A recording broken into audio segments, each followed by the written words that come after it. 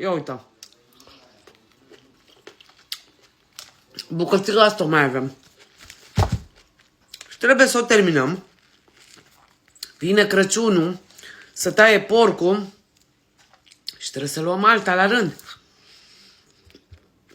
Dar, ce vreau eu să vă zic, cât de mult mi-aș dori să pot să vă dau la toți asemenea slăninuța și să vă dau, să fiu acolo lângă voi și să vă dau, uite așa, uite așa.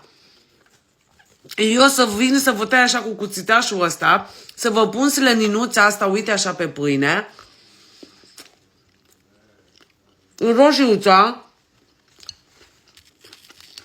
un pic de ceapă. Dar și ceapa să fie bună, dulce.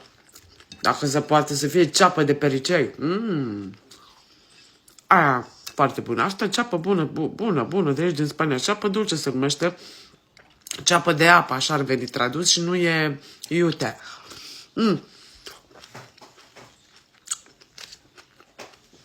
De ce vă zic că mi-ar plăcea să vă dau eu? Pentru că sunteți acolo în comentarii care mi ziceți, am mâncat, nu-mi place deloc. Alții, da, mă, decât nu mai cli să mănânc, slănină, Doamne, cât e de bună, până acum nu am mâncat, acum cu tine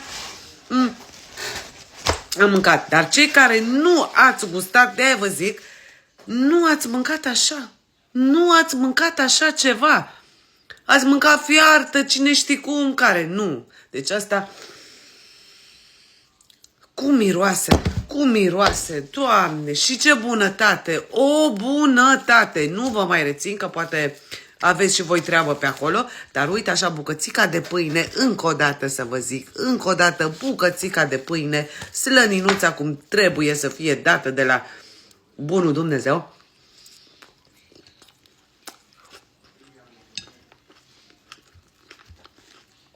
Brânză.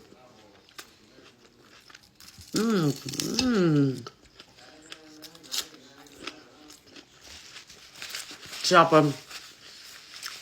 Minunat. Pupici o seară faină. Mi-era o foame.